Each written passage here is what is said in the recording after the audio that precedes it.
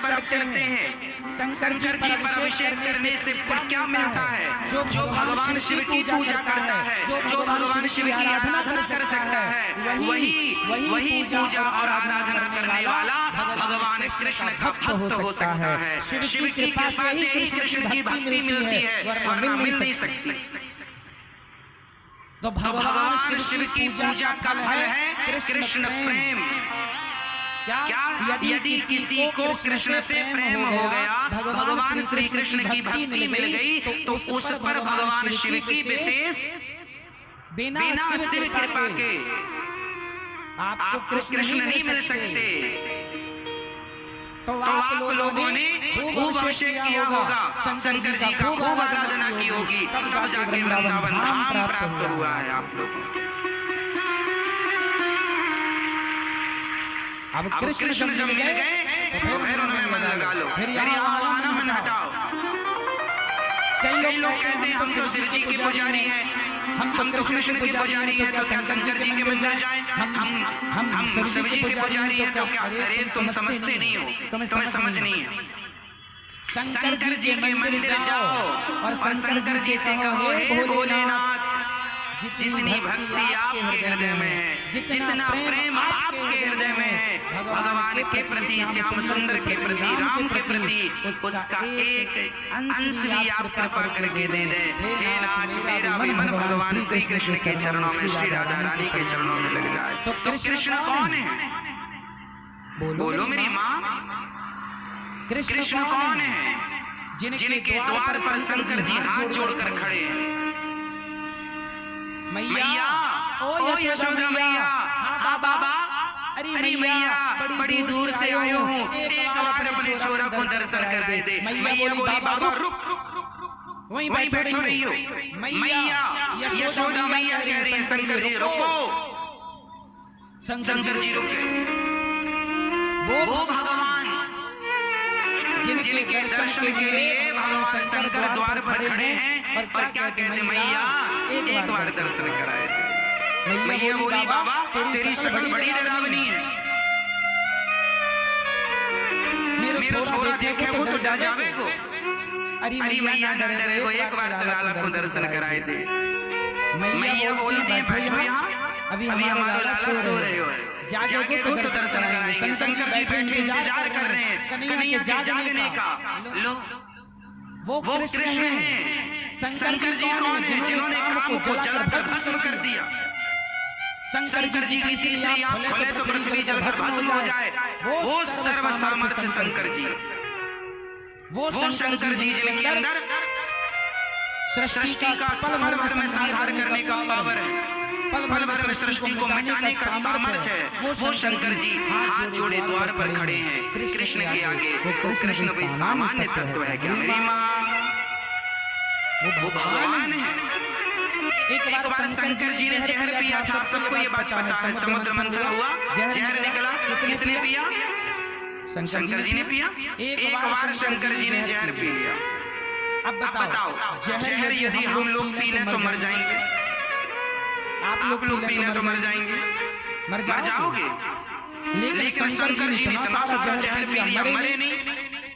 हम जहर पी लेंगे तो मर जाएंगे, शंकर जी ने जहर पिया, नहीं मरेंगे।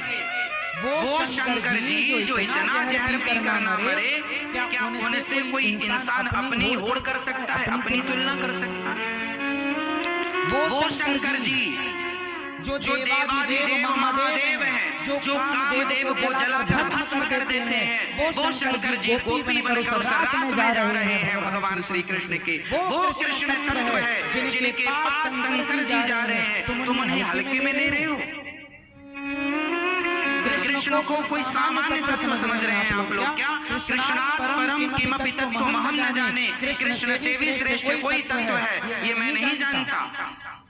शंकर जी भी जिन्हें जान ना पाते, शंकर जी किन्हें गालियां करते हैं, सदा वसंतम हृदयारविंदे भवं भवानी सहितम नमामि। जिनका ध्यान शंकर जी करते हैं। भगवान कृष्ण का जन्म हुआ तो दर्शन करने शंकर जी आए, रास हुआ तो दर्शन करने शंकर। जिनका दर्शन करने के लिए लाइन में शंकर जी खड़े हैं, उन कृष्ण को आप सामान्य समझ रहे हैं क्या? कोई मजाक का विषय बना रहे हैं क्या कि वो रास रचाए तो हम भी रचाएंगे?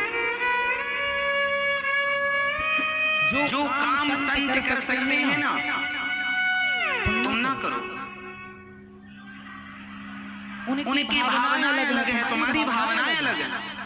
उनके विचार अलग है, तुम्हारे विचार अलग है। सबकी तुलना सबसे नहीं हो सकती मेरी माँ। जिस तराजू में सोना तोला जाता है, उस तराजू में टमाटर नहीं तोले जा सकते। टमाटर, सब्जी, आलू तौलने की तराजू अलग होती है और सोना तौलने की तराजू अलग होती है। इंसानों को तौलने की तराजू अलग है और भगवान को तौलने की तराजू अलग है। दोनों को एक तराजू में नहीं तोला जा सकता। अब गलती ये करते हैं कि इंसानों से भगवान की तुलना कर ले। अरे अब उन्होंने किया, हम भी करेंगे। तो उन्होंने पहाड़ उठाया था, है तुम्हारे बाप में हिम्मत एक उंगली से? उन्होंने इतना सा मुंह खोल के पूरा ब्रह्मांड दिखाया था, है तुम में हिम्मत? भगवान से कहा। आजकल का इंसान जब उसकी नादानी सुनते हैं ना, तो कई बार दया भी आती है मूर्खता पर, कई बार गुस्सा भी आती है कि बताओ भगवान के लिए लोग क्या क्या कहते हैं, जानते नहीं भगवान के बारे में बोलते हैं। वो भक्तों पर कृपा कर रहे हैं, उस रास में शंकर जी भी सम्मिलित हो रहे हैं। पार्वती जी से कहते हैं जरा हमें भी आज श्रृंगार करो, जरा चूड़ी पहनाओ, जरा साड़ी पहनाओ और लगा के बिंदिया पहन के साड़ी चाल चले मत वाली। भगवान शंकर चल रहे हैं। जो नारद जी बड़े बड़े ऋषि मुनि साधु संत कौन नहीं उस रास में आया? स्वयं वशिष्ठ जी। वशिष्ठ जी सामान्य है। वशिष्ठ जी के पास जितना पावर ब्रह्मा जी के पास है सृष्टि उत्पन्न करने का, जितना पावर भगवान श्री हरि के पास है, भगवान राम भगवान कृष्ण के पास जितना पावर है, उतना पावर तप के बल पर श्री वशिष्ठ जी ने प्राप्त कर रखा।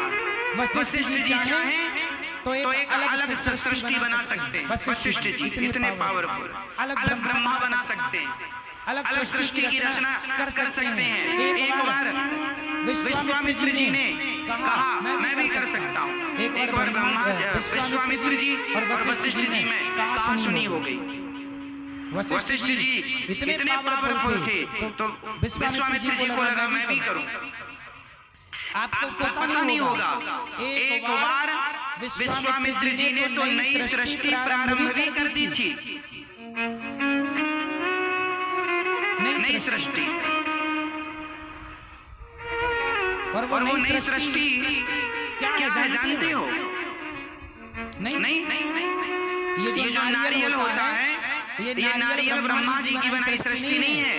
एक बार विश्वामित्र जी को गुस्सा आ गया कि मैं चाहूं तो नई सृष्टि कर लूं, तो कहा कि कर लो, तो वो करने लग गए। तो उन्होंने भाई सृष्टि के लिए आदमी लोग चाहिए, स्त्री पुरुष, तो उन्होंने पिंड बनाना शुरू किया। जिस पिंड से इंसानों का जन्म होता तो सबसे पहले वो पिंड, जैसे चिड़िया पहले अंडा देती है, स्त्री और पुरुष के गर्भ में भी तो एक ये समझो कि स्त्री का रज पुरुष का तेज जाकर मिलता है तो एक कलल बनता है।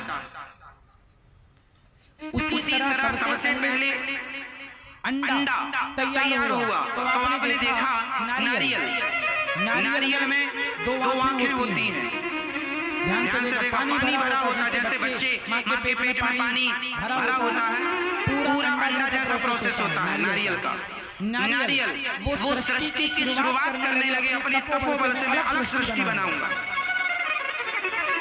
ऐसे में उन्होंने समझाए,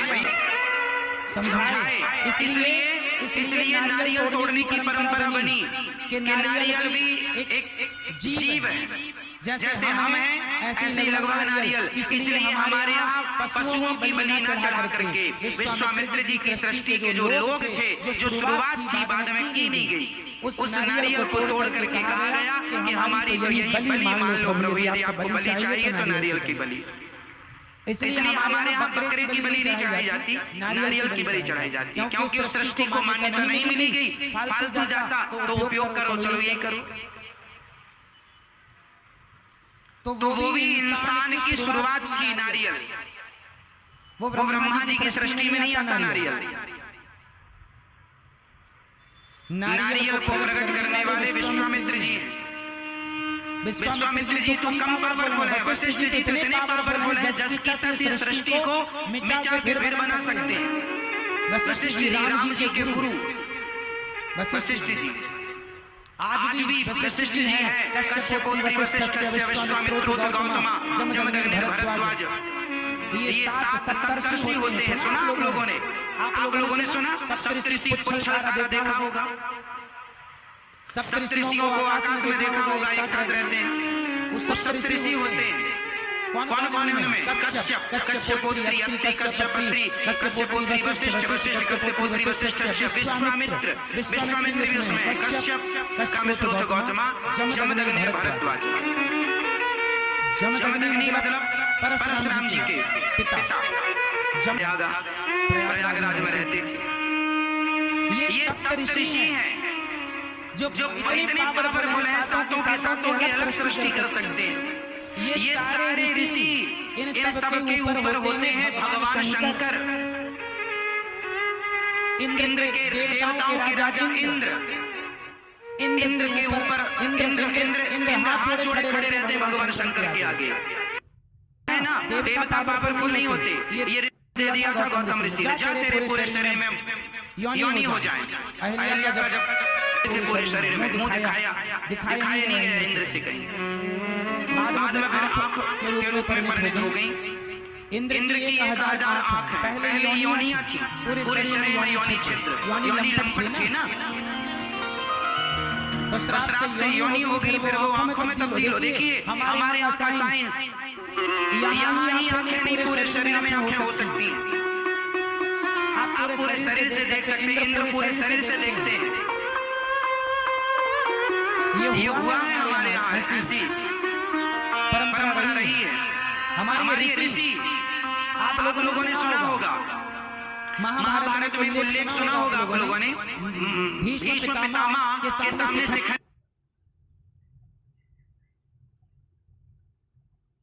आ गया। बोलो हाँ, शिखंडी पहले स्त्री था।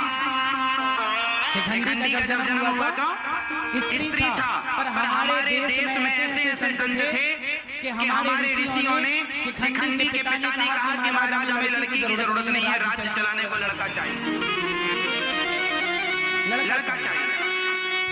तो शिखंडी को लड़की से लड़का बनाया गया था 5500 साल पहले। यह टेक्नोलॉजी थी। आजकल भी साइंस के द्वारा स्त्री लिंग परिवर्तन हो जाता है, लेकिन आज के में एक समस्या है कि यदि स्त्री को पुरुष बना दिया, आजकल भी प्लास्टिक सर्जरी के द्वारा स्त्री को पुरुष बना दिया जाता है और पुरुष को स्त्री। लेकिन जो पुरुष स्त्री बनता है तो स्त्री योनि तो हो जाती है, लेकिन पुरुष जो स्त्री बनेगा वो कभी मां नहीं बन सकता।